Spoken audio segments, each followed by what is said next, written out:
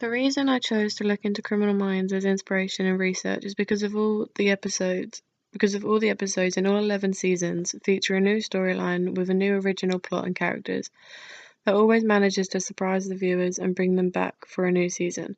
Although my inspiration from the show was not the protagonist team, but rather the antagonist that the show focuses on in some of the episodes. A lot of the show's antagonists usually feature or focus on mental illness, not always, but quite often. This is a subject this subject is a topic of the antagonist, which is what interests me. As I want my short film to be more of a psychological thriller, I wanted to look into some of these mentally ill characters slash villains and how the writers present them in physical and mental aspects. I looked into 3 episodes spread throughout all the seasons for new to old seasons contrast, and looked specifically into episodes with psychological aspects and focused on characters mainly of mental health issues or mental illnesses. Season 7, Episode 2, Proof. This episode stuck out to me a lot when watching the show for inspiration for its huge focus on the clearly mentally disabled antagonist Cy Bradstone. The man is the brother of a more successful brother with a wife and teenage daughter, which causes the disabled brother to act out using acid as his weapon and source of power, as he kidnaps and kills teenage girls of similar looks to his brother's wife, with blue eyes and long blonde hair in late teens, like how she was when he knew her in their teenage years, before she chose the other brother over him. The writers did a good job as presenting the character as ill and mentally challenged in the episode. I like the way Cy comes along to his brother's home with a home video recorder and records his trip. Straight away when he arrives, you can tell he is treated childlike amongst his family and needs to be looked out for and after, and it's almost sad to the audience. However, as the storyline continues, you learn he may be very childlike, but definitely has an evil, sick side to him, where he kidnaps women and records their death, as he finds it enjoyable and he feels like he's getting revenge on what happened to him in early life at school. Giving the main character a disability that presents him as childlike really gives the episode an abnormal feel and feels like it's almost impossible for this innocent-sounding man to be evil. I think going against stereotypes of typical strong, powerful antagonists, creating a character put together with such different intentions, with such a diverse personality, is very good and really gives the episode a completely different feel to some other thrillers out there, because it's different and clever, which is why this storyline inspired a lot of my decisions and ideas when making my short film. The way he speaks when recording himself and interacting with other characters makes his character that more interesting, as he comes across so innocent and childlike but is capable of torturous murders, which includes taking away the woman's senses before he kills them with acid. Examples: burning their eyes, hands and ears. Hidden from his brother and family. Cy doesn't believe what he's doing is wrong, he believes it's justified in his head, which is why this character is so interesting and complex to look at, and what I like about him, which I think would work well in a creepy psychological thriller for short film. Season 1, Episode 9, Derailed. This episode features a very mentally ill man suffering from schizophrenia, taking a train full of passengers hostage. Throughout the episode, the man is very unsure and comes across as nervous and not really sure of what he is doing. However, he is armed with a gun and will shoot if he feels threatened. The man sees hallucinations and believes he has reasons for what he is doing, as he believes there is something inside of him controlling him.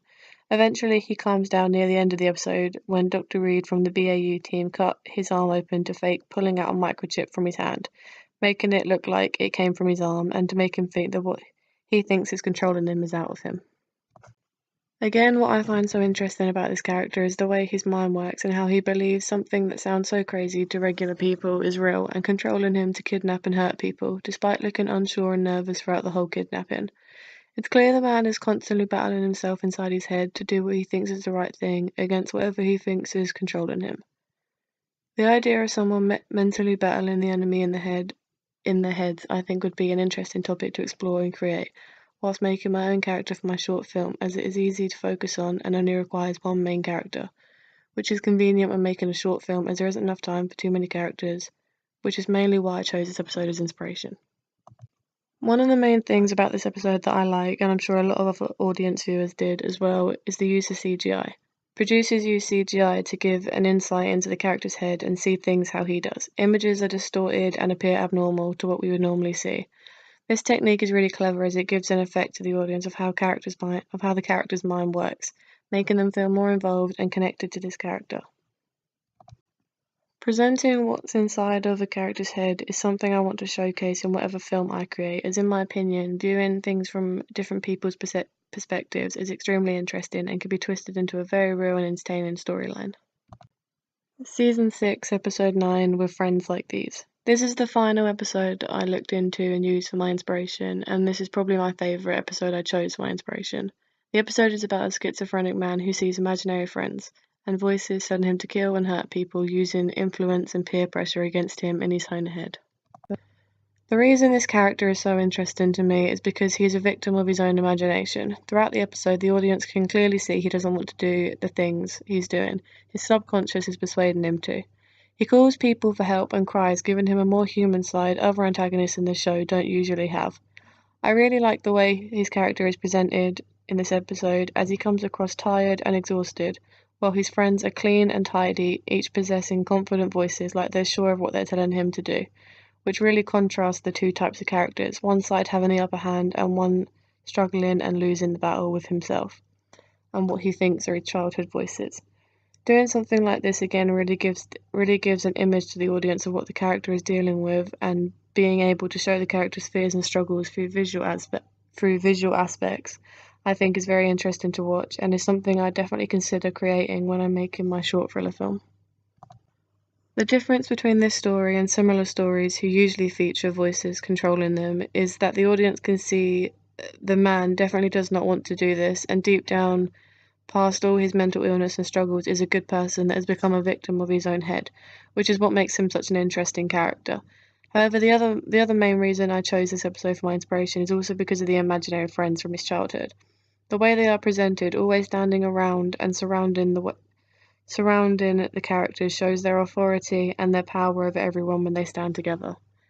As the main character battles with his mind tricks, the friends stand around the agents and manipulate his words and what he is saying to really give the audience an insight into what's happening inside his head, which is equally interesting to watch and experience from a point of view which really begins to put the audience on his side and helps them understand the way his mind is changing the way he sees and hears things, and how that overpowers his genuine side. Overall, I find this storyline really interesting and something inspired by this idea that I could play up with my own ideas I think would be very interesting to create in a short film.